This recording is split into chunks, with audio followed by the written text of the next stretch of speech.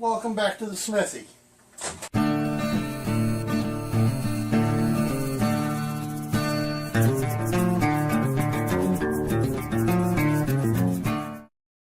Well, the other day when I was making this video, I didn't realize I was going to prattle on so long. So I'm going to split this into 4 parts. This is part 1. Excuse me while I make up a cup of coffee. Here's my version of a 3-in-1 coffee. Yes, rather than spend money on those fancy foil pouches, I do it Yankee style. Recycle a pill bottle and just put my fixins in it. And that's a 3-in-1. Where do you think they got the idea for such things? People like me.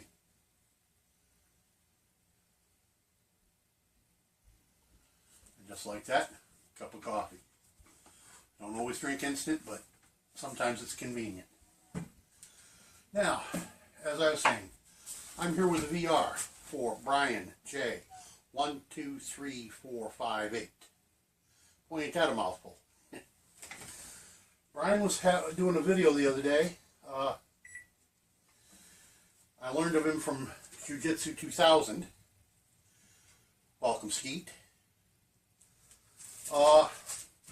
So I went to check out this guy's video where he was asking for advice on a bug-out bag. Well, in watching Brian's video, I made some notes. And since Brian asked for help, I'm going to offer some advice. I am not going to pick apart anything JJ said. I'm simply going to, how do I want to say this? Refine it a little bit. Make some additions and subtractions to what he said. But basically, I agree with most everything he had to say. First question, though, I would ask you, Brian, is this bug-out bag of yours, is this meant as a woodcrafter's bag, bushcraft bag, for you to go out in the woods and practice with? Or is it meant as a doomsday style bag? The bag you grab as you're going out the door when the crap really, truly hits the fan. Okay, they really are 2 different animals, or at least in my viewpoint. So what I'm going to be doing is giving you 2 answers. The first is going to be if it's a woodcrafter's or bushcrafter's bag, something you take to go out to the woods to practice with. The second answer will be if it's your last ditch get out of town bag because something has happened, like the Bhopal incident. So keep that in mind. First answer, second answer. Now, first we're going to discuss your masks. Those masks are okay if all you're dealing with is somebody who's ill. They're not great for it, but they're okay for it. What you really want to have in that bag are N95 masks, if you can afford them. What you've got is better than nothing, but as far as your woodcrafter's bag, you don't need them for anything. Yes, JJ said they'd make good first line water filtration. Yeah, they will. So will a cotton bandana, and has more uses. If it's your doomsday bag, you're going to want to keep them. Your woodcrafter bag, ditch them. They ain't going to do you much good other than water filtration. They might filter out some dust if you got into a sandstorm kind of thing, but your N95 is far better. Your paracord, that's good in either bag. This is what I just got from JJ in a appreciation giveaway. It's not the only paracord I have. I also have black and orange. But here's something. This is called Tool Bench Hardware, 50 feet, 15 meters, poly rope. Now, don't misunderstand me. I'm not saying this is a replacement for paracord. It is not in any way, shape, or form. But you know what? A small bunch like this makes great clothesline for a campsite. Makes a passable ridge line for a tarp. You know, lots of uses to spare your paracord for heavier duty jobs. This is 550 pound strength. This is probably 150 if you're lucky. It's a very light duty cord comparatively speaking. But one bunch of this will save cutting this up if you don't have to. Just a thought. And very light stuff as far as weight. Life straw. Well, understand that your life straw is an extremely limited quantity device. I think it's what, 200, 250 gallons maximum. So I'm not going to say ditch it in either case. A filter's a filter. It's better than none at all. But definitely get a Sawyer. At least a mini. A squeeze is better. And I'll tell you why. The mini makes a good inline filter, like for a camelback bag, because it has the hose bib barbs on both ends already. The squeeze, you can order a separate kit that can turn it into an inline filter, and then it can even be hooked up to a 2-liter bottle, or it can be hooked up to the squeeze bag, or it can be hooked up via the hose barb nipples to a bucket to filter water for a camp. You can fill a 5-gallon bucket and have the water going out a little hole through a hose into the squeeze and coming out the other end into a container, and you can filter water for an entire group that way, have it draining overnight. So that would be the suggestion from me on that, is to get you a squeeze. It's like $30 at Walmart. And how much did you pay for the one you got? 20 bucks at least. The squeeze will do 1 million gallons if you back flush it every so often. The little filter you've got will do 200, 250 gallons. I'm sure you catch my drift here. The flashlight, that's a keep. But I'll also agree with JJ, get a headlamp. If you can spare the cash, get the, yes, we've just had some lovely new neighbors moving upstairs in the last couple weeks, and they don't know how to be quiet.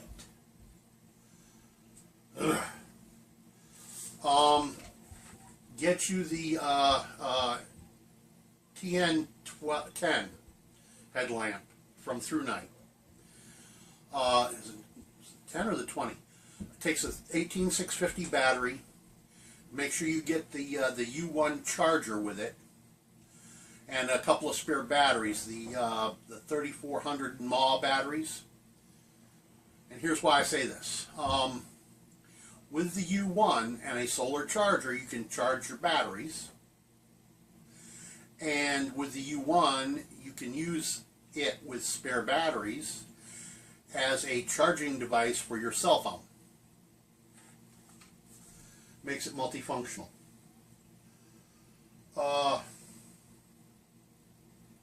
Glow stick.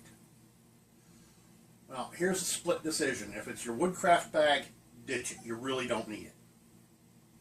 Because when you're going out to practice, you've already planned, you have everything you're going to need, a flashlight, batteries, so on. Glow sticks are good in your last ditch bag, your get out of Dodge bag, whatever you want to call it. And I'd add 4 or 5 more.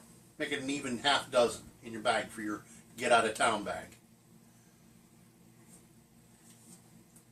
Hot. Very hot. Your DZ4. Keep it. Either way, keep it. Good sharpening. I would advise you to take some time and look at my DIY channel, my DIY playlist. There's a video on there about sharpening knives. There's all kinds of DIY videos, some of which I'll be discussing here. Okay, fishing kit. Your little rod, ditch it. Either way, ditch it. That little rod and that little reel, well, okay, the reel you might want to keep, maybe. I'm not a fan of that style of fishing reel. I far prefer the open face.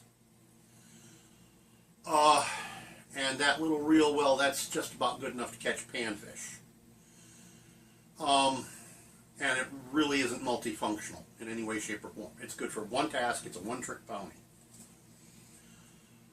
You'd be far better served to get you some small eyelet screws, and then you have a spool of floss, and go to the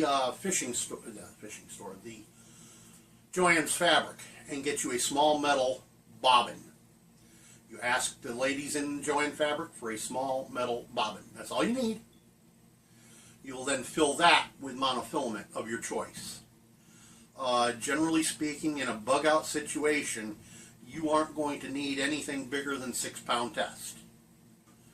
The reason for that is because, quite honestly, that's pretty much what you're going to be fishing for, is panfish. Just enough to make a stink in the pan and put some meat in your belly.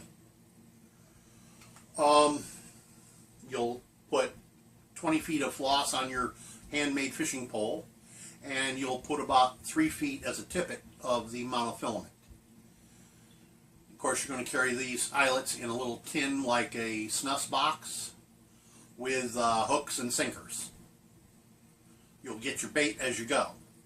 Roll over a dead log, pick up the worms. That's how you find them.